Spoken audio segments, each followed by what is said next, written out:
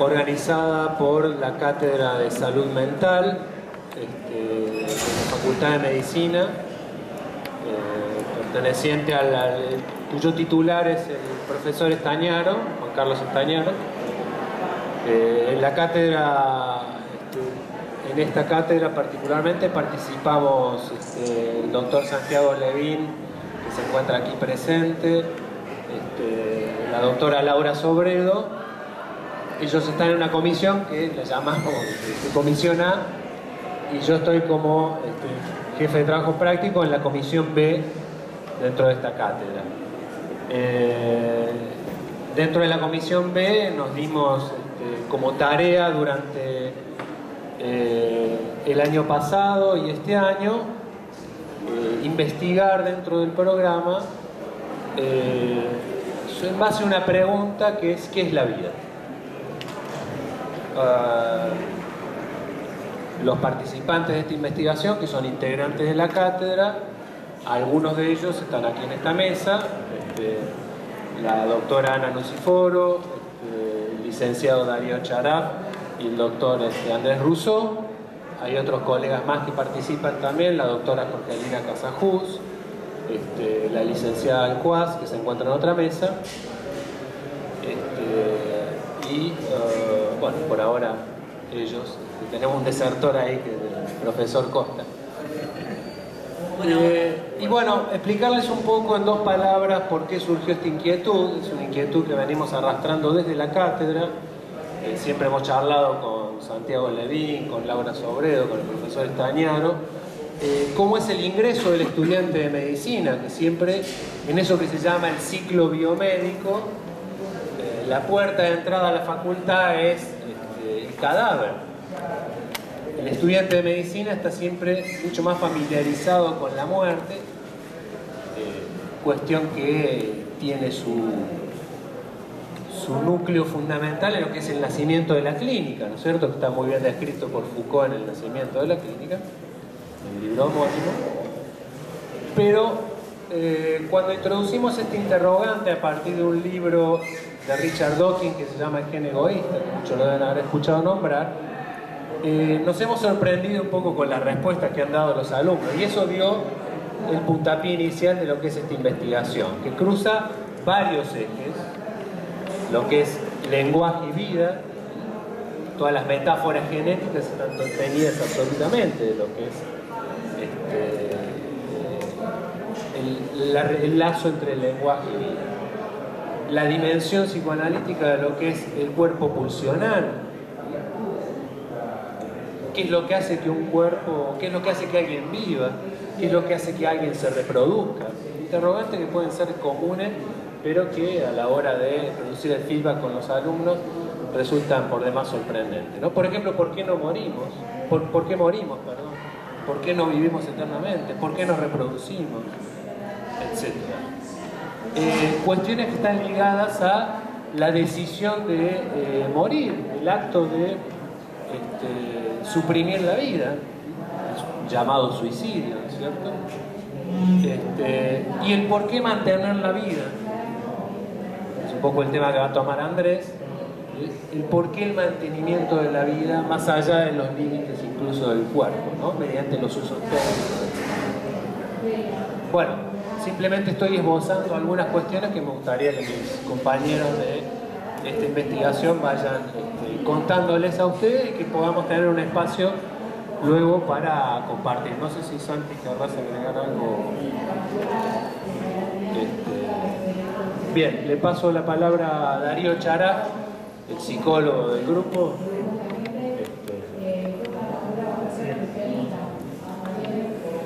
El psicólogo es... Presentás así, Emilio. Bueno, un poco lo que yo voy a presentar es resultado más de una elaboración colectiva. En realidad tiene dos partes. Una más que ha sido elaborada de todos, de lenguaje y vida. Y una... ¿Se escucha?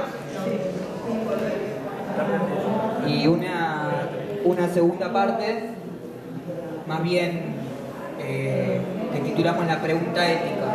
Acércate. Es decir, la pregunta ética la dimensión ética de la pregunta por la vida. Freud adhiere su concepción de la libido a lo que dicta la biología de su época, ¿sí? Y realiza una mención a la teoría de Weizmann acerca del plasma germinal como sustancia inmortal. Esto en su segunda tópica.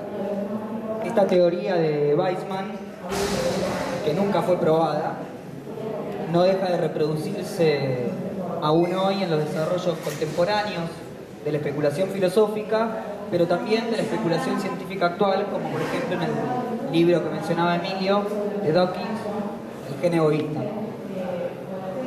Ahora es importante destacar que Freud se interesa en estos trabajos de Weizmann a partir de la diferencia que se establecen en la sustancia viva entre una sustancia mortal y una inmortal.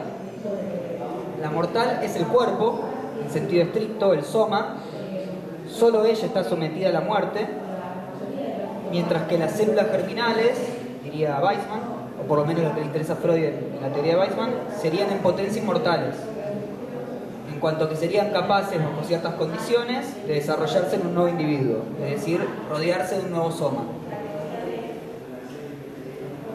Entonces, la analogía que a Freud le hace superponer las pulsiones de vida al germen, ¿no? A este germen inmortal, y las pulsiones de muerte al soma, al cuerpo, a nosotros nos parece que marca un interés que concierne tanto al psicoanálisis como, bueno, a quienes pretendemos desde distintos campos acercarnos de manera no ingenua al tema de la vida. Ahora bien, el interés psicoanalítico no es precisamente el de la sustancia viviente, sino más bien el de las fuerzas que operan en ella, lo que Freud llamó pulsiones. Justamente Weizmann muestra que los organismos unicelulares, en los que el soma y el germen no están distinguidos, son potencialmente inmortales. Esta concepción, que aún hoy se sostiene, habla de la inmortalidad de la bacteria e incluso de cierta hipótesis de una bacteria inicial que sería madre de todas las bacterias. A Freud lo perturbaba, digámoslo así, lo perturbaba que la muerte somática solo interviniese en los organismos pluricelulares, es decir, que la muerte no sea más que una adquisición tardía. Al respecto, Freud llega a decir, ya no puede hablarse de unas pulsiones de muerte que derivarían del comienzo de la vida sobre la Tierra. La muerte sería una adquisición tardía de los organismos pluricelulares. Ahora bien, esto me parece que nos introduce en una dialéctica muy interesante. Si el individuo se desarrolla radicalmente distinto a la sustancia viviente fundamental e imperecedera que sería el germen, si el individual es parasitario, entonces ¿cuál sería su función, la función del individuo en la propagación de la vida? En principio ninguna. Desde el punto de vista de la especie, los individuos estamos ya muertos. Un individuo no sería nada comparado, ¿no?, con esta sustancia inmortal oculta en su seno, que es sustancialmente lo que existe como vida. Ahora bien, las disciplinas que desde la medicina se ocuparon de la vida, tales como la genética o la embriología, a lo largo del tiempo han redefinido su objeto en función, como señalaba Emilio, de las mutaciones que se van produciendo por el lenguaje. Así, por ejemplo, para los psicólogos del siglo XIX, el término herencia se refería, y cito, ¿no?, a la transmisión de potencialidades durante la reproducción y el desarrollo de estas potencialidades hasta transformarse en rasgos adultos específicos. Mientras que con el surgimiento de la genética, ¿no?, y por ende de la distinción entre genotipo y fenotipo, a partir de los mecanismos mendelianos, la herencia sufre una redefinición, y es hacia mediados del siglo XX, los años 50, que Schrödinger dicta una conferencia que un poco ha guiado nuestra investigación y nuestra pregunta, que es la vida, en 1943, y este interrogante no va a ser ni siquiera despejado con el gran descubrimiento en este tema en el 52 de Watson y Crick, ¿no?, del ADN. Muy interesante que contemporáneo a ese descubrimiento, Lacan en el seminario 1 decía, y cito, que el individuo no hace más que reproducir el tipo ya realizado por el linaje de sus antepasados, al respecto no solo es mortal, sino que ya está muerto, puesto que estrictamente hablando no tiene porvenir. Bien, eso respecto de la temática no lenguaje y vida, como las hipótesis que proponíamos. El apartado de la pregunta ética, un poco lo que la idea es proponer algunas hipótesis, no tanto para responder la pregunta, sino en todo caso de distintas maneras de formularla. Nos parece que difícilmente podamos plantear sólidamente el tema de qué es la vida si no nos adentramos en la formulación freudiana de la segunda tópica, del segundo dualismo pulsional, ¿no? De pulsiones de vida y pulsiones de muerte. Como muchos de ustedes saben, a partir de más allá del principio del placer, las pulsiones de autoconservación de la vida del individuo ya no se oponen, como en el primer dualismo, a las pulsiones sexuales, que también es la conservación de la vida, pero no del individuo, sino de la especie, sino que ambas, autoconservación y pulsiones sexuales, bajo el nombre de pulsiones de vida o de eros, van a ser antagónicas a lo que Freud llama pulsión de muerte. Ahora bien, cuando Freud introduce la pulsión de muerte, recurre, como decíamos un poco antes, a metáforas biológicas, el plasma germinal que mencionábamos recién, y también metáforas energéticas, ¿no? La ruptura de la barrera antiestímulo, por ejemplo. Y parece fundar esta pulsión desde una perspectiva orgánica, biológica, lo cual fue subrayado por muchos autores, tanto dentro del psicoanálisis como fuera, una pretendida naturaleza orgánica o biológica de la pulsión de muerte. No podría decir, dado el carácter conservador de las pulsiones que subraya Freud, se llegaría a una aparente paradoja de una pulsión que buscaría restablecer el estado anterior al surgimiento de la vida, es decir, una pulsión cuya búsqueda se orientaría al retorno al inorgánico. Y así la vida sería definida nada más que como rodeo hacia la muerte, ¿no? Es decir, definiríamos la vida, al parecer, a partir de la muerte, que es un poco lo que parece que a veces sucede en medicina, ¿no? Se arranca por la muerte. Ahora bien, si destacamos, ¿no?, del psicoanálisis el estatuto erógeno del cuerpo, más allá de su estatuto biológico, si destacamos la distinción entre pulsión e instinto, donde la pulsión no se recubre con la naturaleza biológica o orgánica del instinto, si a su vez señalamos que la sexualidad en el ser hablante no puede ser reducida a la función orgánica o biológica, ¿cómo entonces vamos a sostener una definición biológica de la pulsión de muerte? ¿No? Si por la vía de Eros no le damos una dimensión biológica orgánica, ¿cómo vamos a sostener una dimensión biológica de la pulsión de muerte? ¿Cómo abordar entonces este aparente solapamiento en la obra de Freud que parece haber entre inorgánico y muerte, como si fueran lo mismo, ¿no?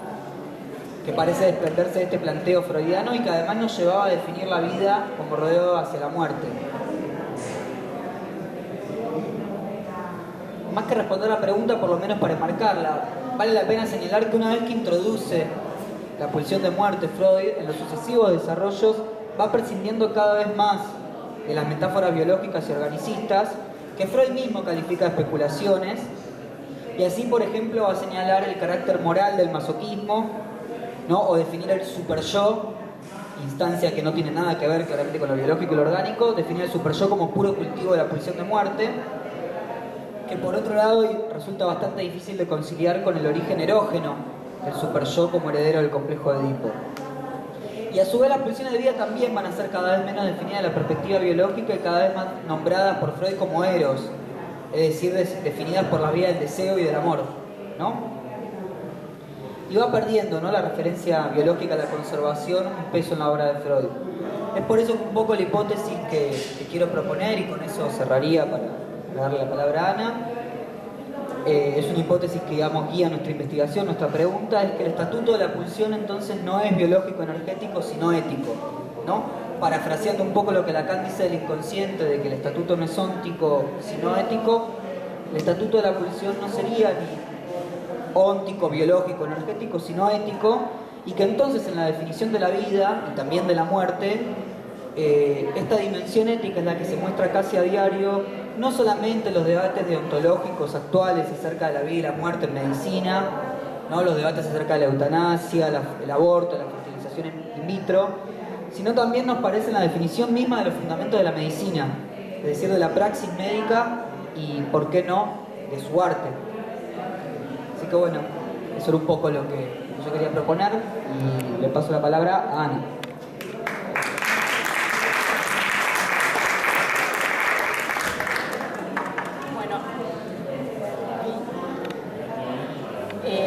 Primero lo que quiero es agradecerle a Emilio, que bueno, es siempre como un estímulo muy grande para todas las preguntas y un motor permanente para las cuestiones que van apareciendo en lo que es respecto a investigación y que bueno, para mí es un referente muy importante. Y segundo, decir que estoy re contenta porque están mis primeras compañeras de cuando empecé los primeros pasos en psiquiatría en el Hospital Ameguino, así que es como que me siento en casa prácticamente. Bienvenidas. Bueno, yo particularmente hace un tiempo que estoy investigando sobre el suicidio, es un tema que me genera muchas preguntas y se me ocurrió para este trabajo buscar en la literatura qué había sobre suicidio. Y la verdad que la literatura ofrece mucho sobre esta temática, entonces tomé algunas partes de mi trabajo que quiero compartirlas con ustedes. Pensando el suicidio como un dolor profundo y auténticamente humano, tomando como material para el proceso de investigación los personajes de la literatura que llegaron a este acto como escena final. Ellos, gracias a su recurso artístico, nos aportan un extenso material sobre el sentir del hombre, la desesperación, el vacío, el dolor de existir, la ausencia de lo innombrable. ¿Se puede pensar el dolor de existir como una enfermedad? Es una de las preguntas que nos hacemos. ¿Se puede juzgar este momento decisivo que deja un gran extrañamiento ante la muerte, que deja sin palabras, que nos confronta como en el enigma de lo indescifrable? En el mundo contemporáneo, la muerte ha modificado el estatuto y se ha convertido en algo demonizado y temido. Siglos atrás, la muerte era un lugar de llegada y se lo vivía como una despedida, una ceremonia, se vivenciaba como una continuidad y se producía dentro del hábitat del padeciente. En la actualidad, esto se modificó con la brutal despersonalización y enajenación del moribundo, caracterizado por un escenario poblado de tecnología de avanzada, en el mejor de los casos, y una gran pobreza de amor. Como describe Philip Aries en su libro Morir en Occidente, en referencia a su investigación de la vivencia de muerte, él relata que cuando alguien se moría, cuando alguien enfermaba, se encerraba en su casa, se encendían las velas y todo el mundo se reunía alrededor del enfermo y lo despedían de una manera como muy pacífica. Era una ceremonia que era, si bien triste, no era dramática ni tan dolorosa como en estos tiempos. Aún en el siglo XIX, los caminantes tropezaban en la calle con el sacerdote que llevaba el viático, lo acompañaban y entraban con él a la habitación del enfermo. La pintura académica de la segunda mitad del siglo XIX abunda en escuelas de este tipo y se observan presentes en el momento del óbito de la persona, amigos, vecinos, niños, una sencillez ceremonial despojada de dramatismo y sin emociones excesivas. Más tarde, en contraposición a esta escena, se comienza a gestar el temor, la demonización de la muerte, el punto en que no nos atrevemos a pronunciar su nombre, y en el siglo XX la vivencia de muerte se volvió salvaje. Encontramos un claro ejemplo de ello en los diarios de 1984 y 1989 del escritor de origen húngaro Sándor Márai, que él asiste al deterioro físico de su compañera de vida y al propio. Y el autor nos narra el último drama de su existencia, la enfermedad y la muerte, y reflexiona sobre el luto y la soledad, cada vez más insoportable, al tiempo que se prepara para ese momento final. Cito algunos párrafos que él escribe: estoy esperando el llamamiento a filas, no me doy prisa, pero tampoco quiero aplazar nada por culpa de mis dudas, ha llegado la hora. Escasas semanas después se quita la vida con un disparo. Este autor, reconciliado con la inminencia de la muerte, pasa revista a sus inquietudes más hondas y esenciales, dejando su testimonio escrito en su obra literaria final.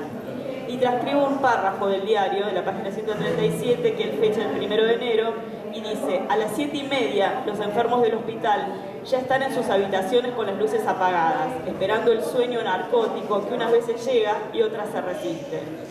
Los enfermeros me saludan con un amable Happy New Year, que se me antoja repugnante, como una broma de extremo mal gusto. ¿Qué podría ser happy en este lugar para mí y para él?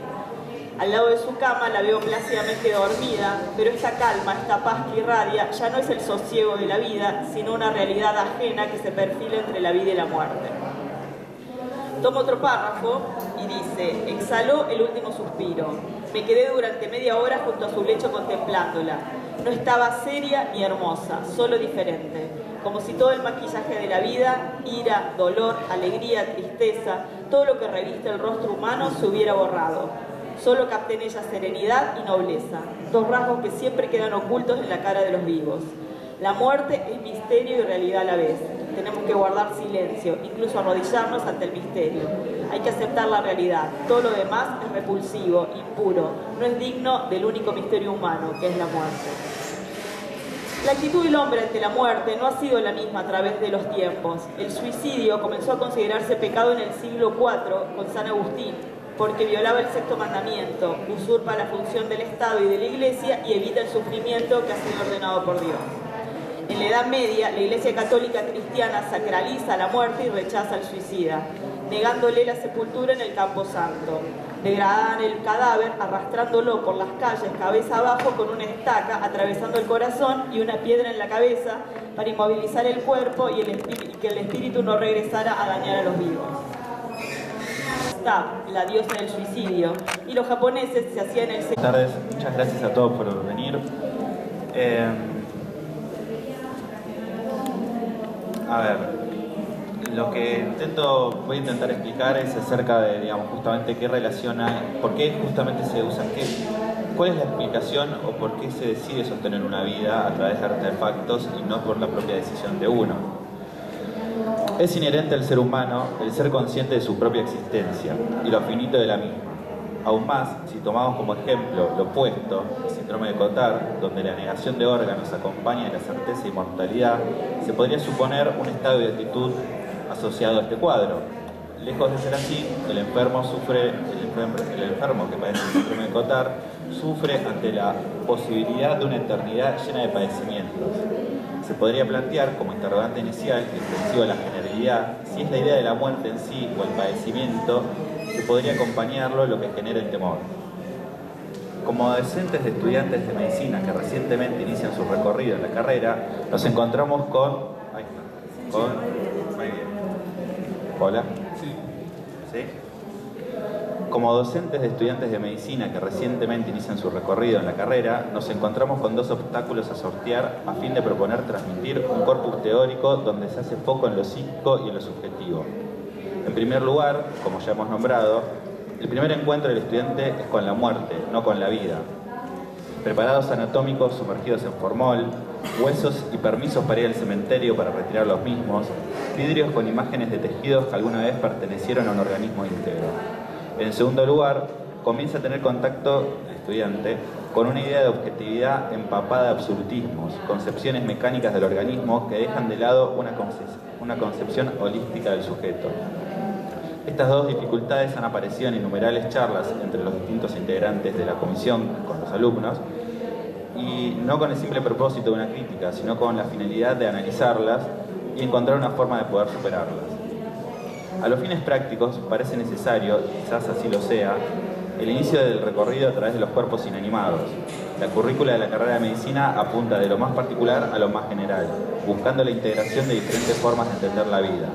De hecho, en las primeras materias de la carrera, además de anatomía, histología y salud mental, es bioética, y es paradójico que generalmente es una materia que la van postergando hasta casi el tercer año. Ahora bien, nuestra labor como docentes quizás consista en complejizar dicho abordaje. El emprender el análisis de la problemática de los medios de sostén de vida y su utilización nos lleva inexorablemente a un campo de entrecruzamientos de diversas disciplinas, científicas y religiosas, por nombrar solo algunas. Resulta tentador la transmisión a los alumnos de solo los beneficios de dichos medios, donde rápidamente aparece la cuestión anacrónica de que con similares situaciones clínicas el paciente X no hubiese sobrevivido sin la ayuda del moderno respirador, del aparato de diálisis de última generación o del casi imperceptible catéter que recorre su cuerpo a fin de alimentarlo. Lejos de elegir desconocer los beneficios de dichos procedimientos, sería interesante llevar el diálogo y la transmisión del mismo a la cuestión básica de en qué momentos implementar tales procedimientos y, sobre todo, siguiendo la línea de investigación planteada, intentar responder: ¿es vida una vida sostenida indefinidamente por medios artificiales? Alejándonos de los textos clásicos de medicina y tomando en cuenta la literatura, fuente siempre generosa de ejemplos para temáticas complejas, podemos tomar como punto de apoyo el retrato de Dorian Gray, novela escrita por el autor irlandés Oscar Wilde y publicada en 1890. La misma cuenta la historia de cómo Basil Hallward, artista que queda enormemente impresionado por la belleza estética de un joven llamado Dorian Gray, y comienza a encapricharse con él, creyendo que esta belleza es la responsable de su nueva forma de arte. Pinta un retrato del joven y mientras se encuentran charlando en el jardín del artista, Dorian conoce a Lord Henry Walton, un amigo Basil. El joven del retrato empieza a cautivarse por la visión del mundo de Lord Henry, quien le inculca como objetivo en la vida la simple satisfacción de los deseos. Al darse cuenta de que un día su belleza se desvanecerá, Dorian desea tener siempre la misma edad de cuando le pintaron su retrato. Su deseo se cumple. Mientras él mantiene para siempre la misma apariencia del cuadro, la figura retratada envejece por él. Su búsqueda del placer lo lleva a una serie de actos reprochables, pero el retrato sirve como un recordatorio de los efectos de cada uno de estos actos cometidos sobre su alma. Con cada pecado, la figura se va desfigurando y envejeciendo. El personaje de la historia de Wilde desesperadamente oculta el retrato, el medio que sostiene su juventud y su belleza, y también fuente de su eterno deterioro espiritual. Irónicamente, resulta cada vez más frecuente con las personas, actualmente, que se muestran curiosas acerca de cómo los artefactos acerca de los artefactos de sostén de vida, las formas de resucitación y un sinfín de medios estéticos para disimular el paso del tiempo.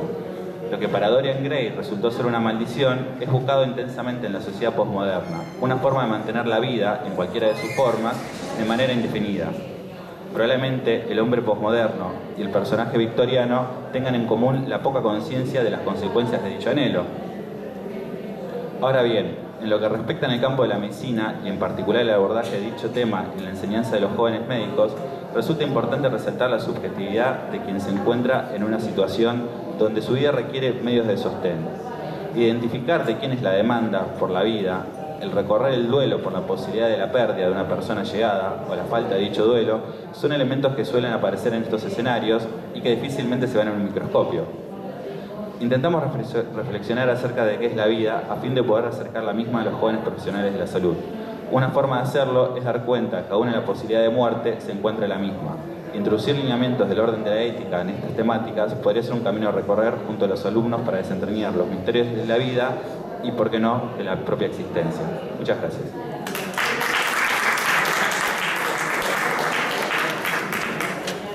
Gracias, Andrés, por concisión y precisión en el trabajo. La idea entonces, ahora tenemos un tiempo más que interesante para conversar.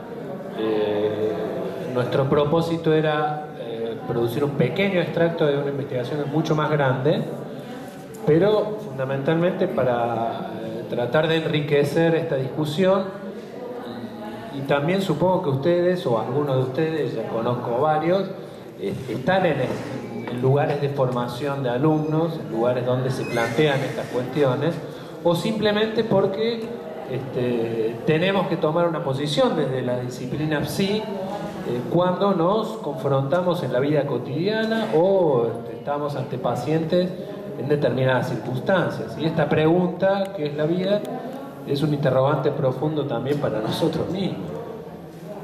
Y como formadores, digamos así, de alumnos y dentro de la currícula médica, me parece que no es menos interesante que podamos debatir acerca de esto. Así que, bueno, les propongo que podamos conversar un poco. Seguro acá Santiago va a querer intervenir porque él ha formado parte también de estas inquietudes, o por lo menos del tema de la formación de futuros médicos.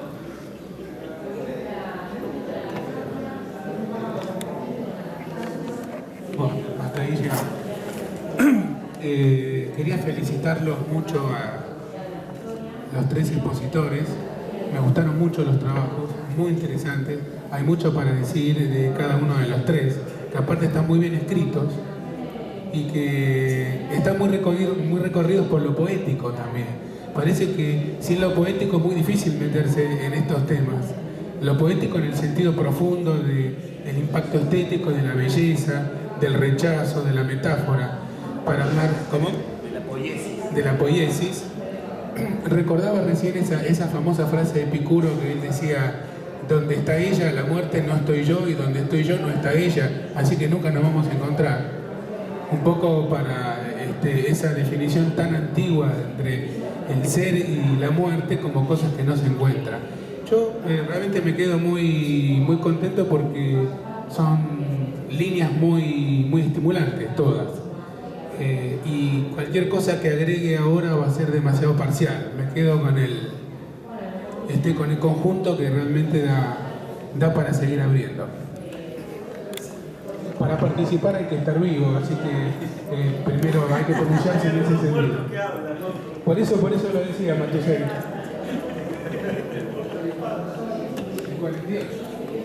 Bueno, a ver, el profesor Matusevich. Bueno, para ponerles un ejemplo dentro de nuestra... Ahora me interesó lo de Ana. ¿Se escucha o? No, me interesó lo de Ana y me parece que transmite de alguna manera la parte que escuché, me parece que conseguí transmitir un poco de alguna forma lo que la gente que se dedica, esta palabra que voy a usar ahora es complicada y a Santiago no le gusta, pero la vamos a decir igual. Los suicidólogos, digamos, o sea, todo lo que tiene que ver con la línea suicidológica, un poco se plantea lo que vos decís. Yo me acordaba que en una de las charlas que yo di de introducción a la suicidología, yo armé siempre pongo una diapositiva, digamos, ¿no? Que de un lado aparece un cerebro gigante, del otro lado, se divide la pantalla, aparece una ballena. Entonces, esa diapositiva me sirve para contar, por ejemplo, John Mann, que es un investigador americano muy conocido, él se dedica a coleccionar cerebros y analizando desde el punto de vista histopatológicamente los cerebros, se trata de entender el sentido de lo que es el suicidio. La otra diapositiva tiene que ver con John Mann, que es otro suicidólogo, y él lo que hace para tratar de entender el suicidio es leer una y otra vez a Moby Dick. Entonces él cree que tratando de entenderlo, metiéndose dentro de la cabeza de la psique del capitán Ahab, la relación que él tiene con la ballena, va a poder echarnos en relación al suicidio. Bueno, entonces, de un lado tenés uno que se dedica a coleccionar cerebros, del otro lado tenés uno que se dedica a leer a Moby Dick. Bueno, hay como un amplio espectro que me parece que vos, con la cita que hiciste, digamos, bueno, Vilamata, Borges, Vilamata un poco, está todo el tiempo citando a Borges en ese libro, bueno, Mishima y todas las otras personas que vos nombraste, viste, bueno, son aportes, me parece que hay que seguir en esa línea. Un buen aporte, lo voy a tomar como un aporte para la investigación el tema de Moby Dick, porque ahora me estoy acordando, es un libro que está lleno de reflexiones acerca de la muerte. Me acuerdo rápidamente cuando él le dice, el capitán le dice que bueno, que él ha visto sobrevivir a esas maderas viejas, a los mástiles de los barcos viejos, a los hombres mismos. O sea que lo que sobrevive es el mástil del barco más allá del hombre, ¿no? Y en el final, que ya lo dijimos una vez, ¿te acordás? En el final, bueno, ¿qué hace un hombre luego que ha sobrevivido a su propio Dios, ¿no? Me parece, esa es la otra frase extraordinaria de Moby Dick, de Melville, no de Moby Dick, de Melville. Parece, sí.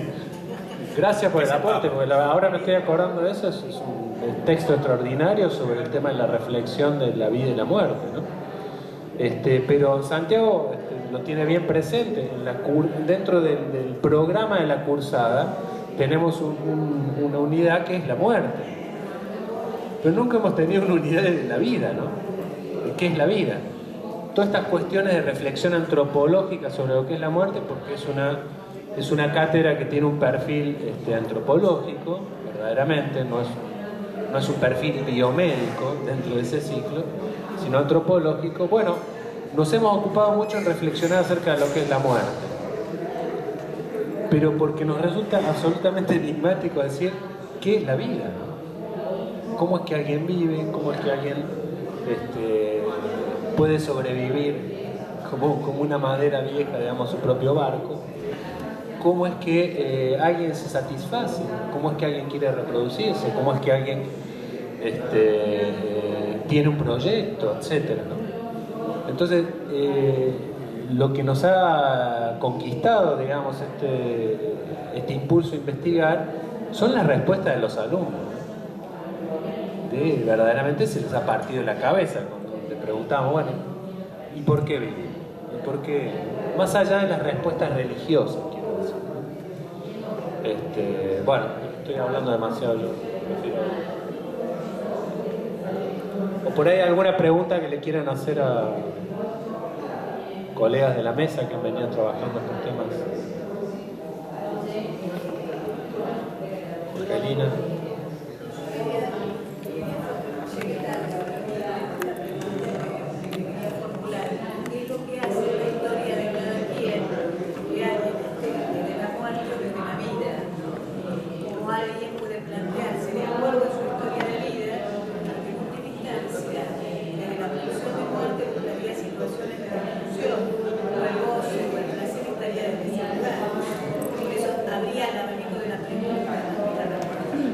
Bueno, quizás Darío pueda responder algo de eso.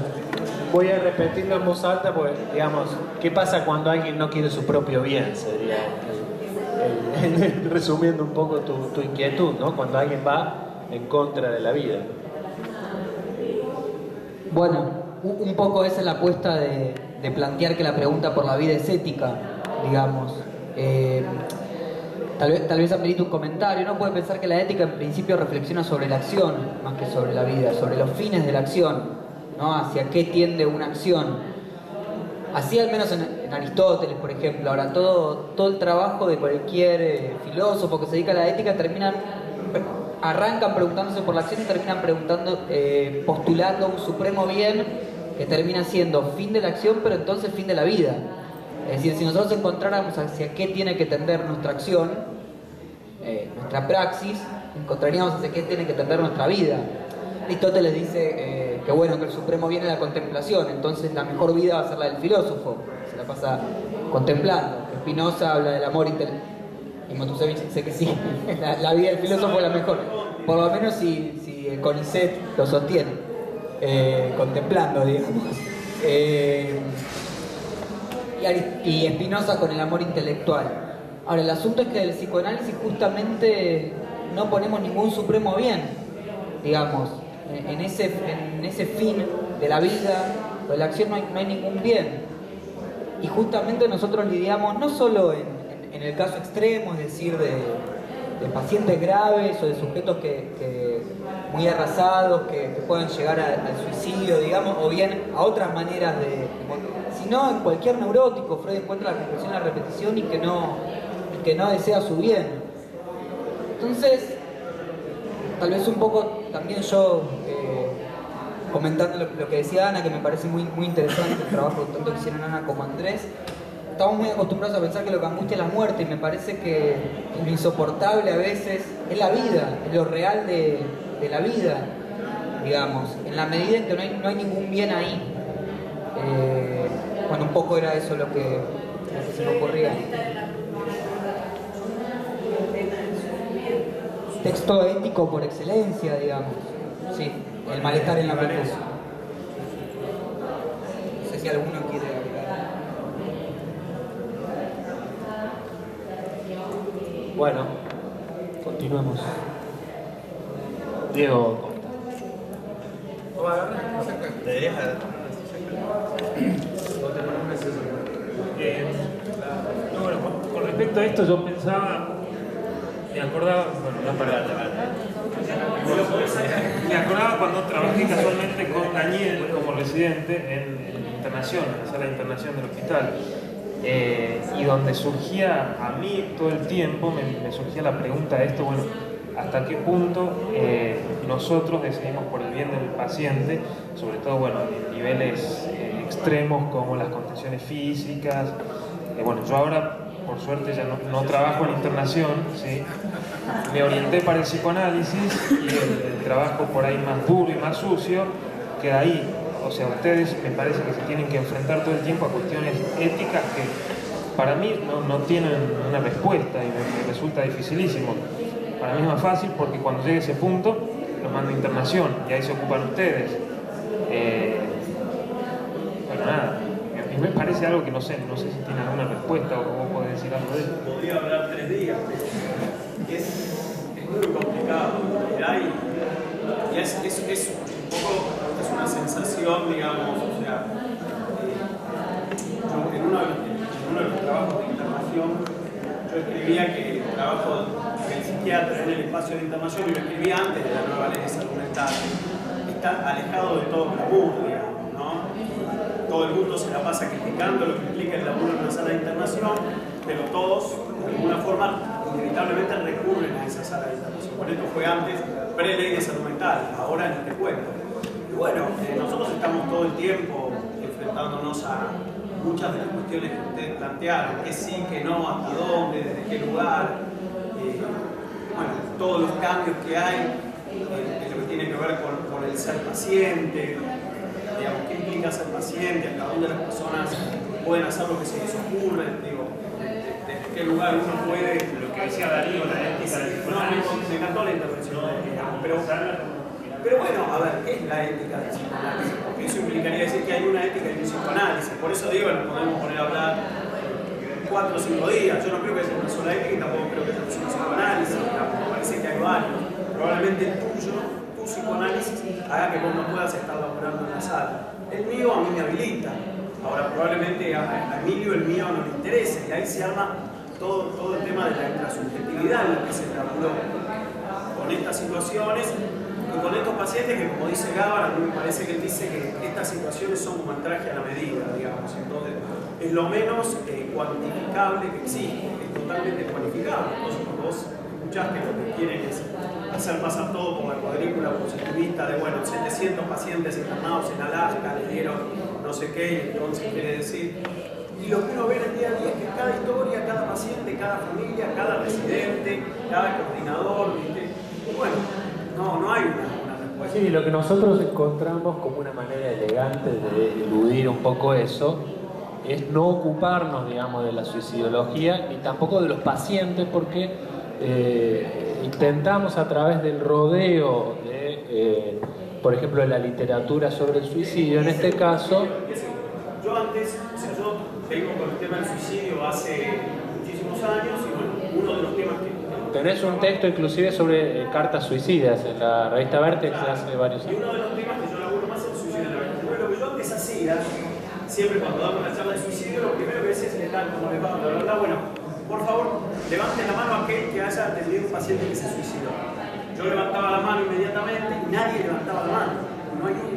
Después, ahora cambió un poco, parece que tiene onda hablar un poco de que se suicidó un paciente, un poco más lo cuenta, pero hace 5 años no había forma de hablar de eso. Yo siempre decía que es como decir, vos estás laburando en terapia intensiva, suponete, y que haya pacientes que no se mueren. Entonces, no hablemos de los pacientes que se mueren en terapia intensiva.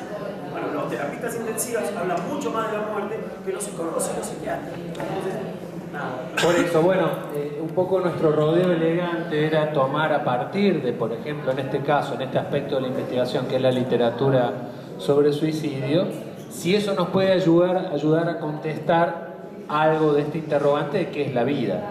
No ocupándonos de la suicidología, ni de los pacientes suicidas, ni de todo ese campo, que ya es un campo más psiquiátrico, sino a través de alguien que quiere buscar la muerte por mano propia, vamos a parafrasear. ¿Qué se puede decir acerca de la vida? Bueno, es un bien, está bien vivir, está mal morirse, etcétera, ¿no? A ver si eso nos puede ayudar a responder este interrogante, ¿no? Y no particularmente metiéndonos en el tema de los pacientes suicidas, ¿no? Ya no sería, sino en la muerte voluntaria.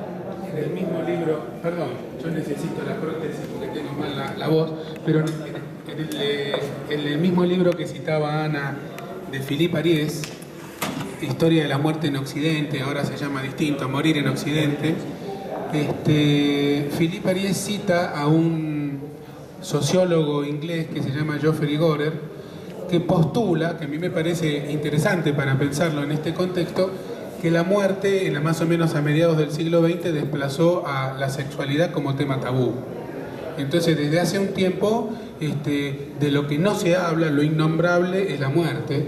Y él dice, esto lo dice Felipe Arias más o menos así: un niño de 5 o 6 años sabe cómo vienen los chicos al mundo y qué es lo que hay que hacer para eso, pero cuando se muere el abuelito se fue a vivir en un campo y lo mira desde las estrellas. Entonces, el tema de la muerte tal vez sea, si le hacemos caso a Aries y a Görer, un núcleo muy duro, un hueso muy duro de roer en estas épocas, en donde hay una falsa estética luminosa, desde un capitalismo de consumo utilitarista, donde hay que tener siempre margen en la tarjeta de crédito, consumir, tener muchas bolsas, y digamos, estar vivo es consumir, y estar muerto es dejar de consumir. Entonces, si la muerte es un tema renegado en esta época, vamos a tener que pegarle una vuelta grande a esa roca.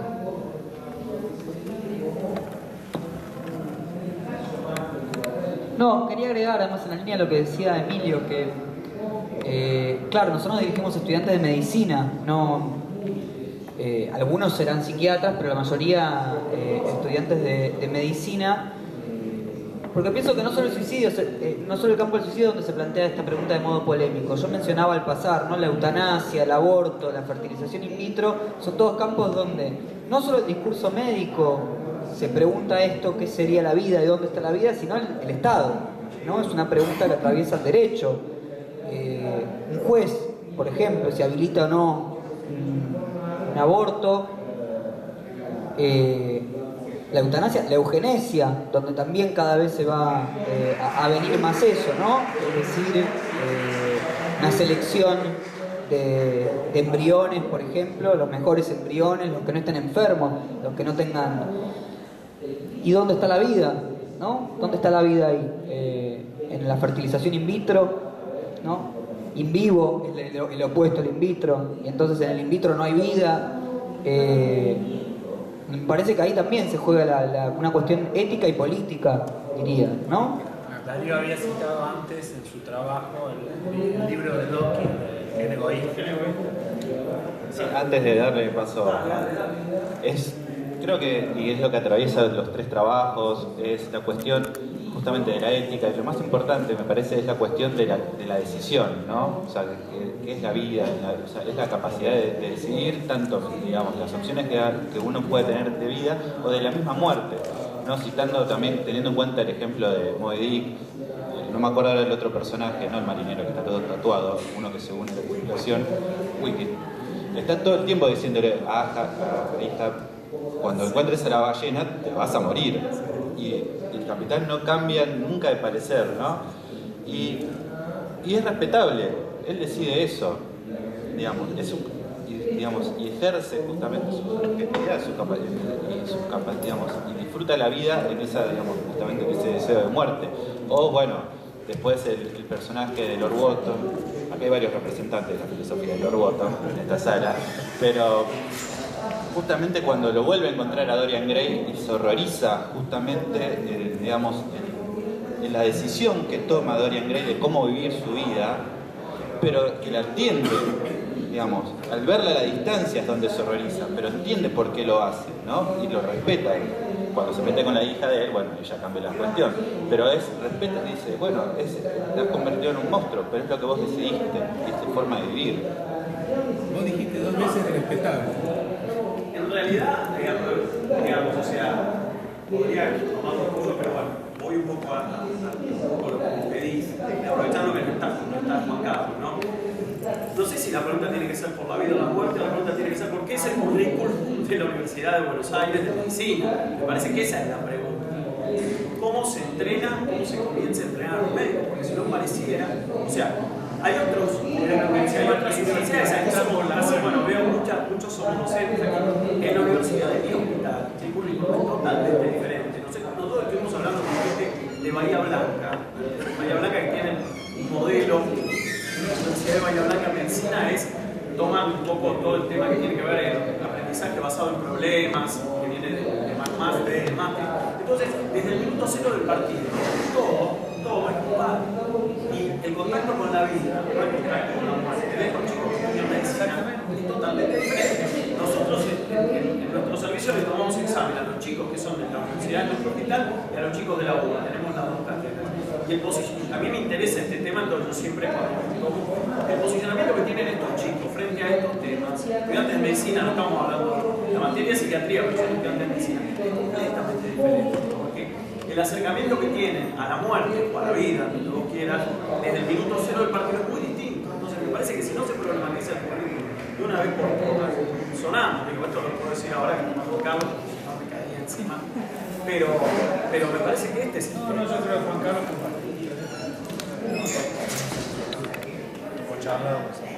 De todas maneras, a mí me parece que hay que diferenciar en suicidio la cuestión del respeto y la cuestión del cuidado. Depende de la población de que estemos hablando. Creo que es muy amplio el tema del suicidio. Y si estamos hablando de una población infanto-juvenil, creo que no podemos hablar de respeto ni dejar que el otro elija, sino que hay una misión de cuidado. Si hablamos de alguien adulto que tiene su capacidad de raciocinio mínimamente intacta y tiene como una convicción, un posicionamiento, bueno, uno me parece que tiene que escuchar y entender, bueno, por qué está transitando por ahí y tratar de respetar. Yo estoy de acuerdo con vos, pero si yo te cuento las aventuras del... De todas maneras, para terminar mi idea, me parece que está bueno empezar a pensar el trabajo de no demonizarlo para poder incorporarlo a una cuestión cotidiana y que sea una cosa más. Y me parece que al no demonizarlo tampoco va a ser algo tan provocador ni algo que irrumpa y que asuste y que espante como la muerte también. Entonces me parece que hay que pensar en ponerlo, esto que vos decís, en un debate y en una cosa de pensarlo todos para que no sea lo que no se puede nombrar el suicidio, sino algo que se puede nombrar es algo más, como puede ser... Tenés que decirle a cada uno de los que están acá, bueno, a ver, empieza a pensar usted en su propia muerte, a ver cómo bueno, se ve. Que esto es lo que nadie hace, o sea, vos charlas de estos temas de vuelta y te pones a hablar con los alumnos y las instancias de cómo se imaginan ellos la propia muerte, que no se va al baño, se te sonó el teléfono, salen todos corriendo, digamos. Este es el tema. Por eso, pero yo quiero insistir con lo siguiente para dejar un poco el propósito de la mesa claro. Por ejemplo, cuando hablamos de la apertura de los cadáveres, ¿no? De abrir los cadáveres, como el nacimiento de la clínica, por lo menos en términos míticos, como lo ubica Foucault, lo que se desplaza ahí es el estatuto, digamos, de la enfermedad, ¿qué me pasa, doctor? ¿Qué es lo que sucede en mi cuerpo? ¿Dónde me duele? ¿No es cierto? Estoy reproduciendo un poco lo que ubica Foucault en ese sentido. Lo que quiero decir es, antes de ese acontecimiento, lo que había era dirigirse al médico para ver qué sentido tenían los síntomas. ¿Qué me pasa a mí? ¿Hasta cuándo voy a vivir? ¿Qué le parece a usted? ¿Qué sentido tiene lo que yo estoy sufriendo acá? Etcétera. A una cuestión totalmente diferente de lo que sería la visibilidad de la muerte, digamos así, con la apertura del cadáver y el silencio de ese sufriente, ¿no? ¿Se entiende lo que estoy diciendo? Entonces, si ustedes quieren, ¿qué sentido tiene la vida? Podría ser la pregunta, traduciendo un poco lo que dice el doctor Matusevic, a decir acá, bueno, ¿y qué sentido tiene tu vida en todo caso? Y en esa línea agrego algo, yo formo parte también de la cátedra como docente. Jorgelina Casajos. Soy doctora Jorgelina y bueno, estuve empezando a investigar sobre la vertiente del deseo en relación a la vida, como la parte vivificante del deseo versus la melancolía, ¿no? O cómo alguien puede estar más muerto vivo o más vivo estando muerto. Y en esa línea investigar, digamos, en relación al deseo y a la vida. Pero bueno, todavía no está terminado, digamos. No va a estar terminado. Bueno, concluimos acá. Gracias por la participación de ustedes.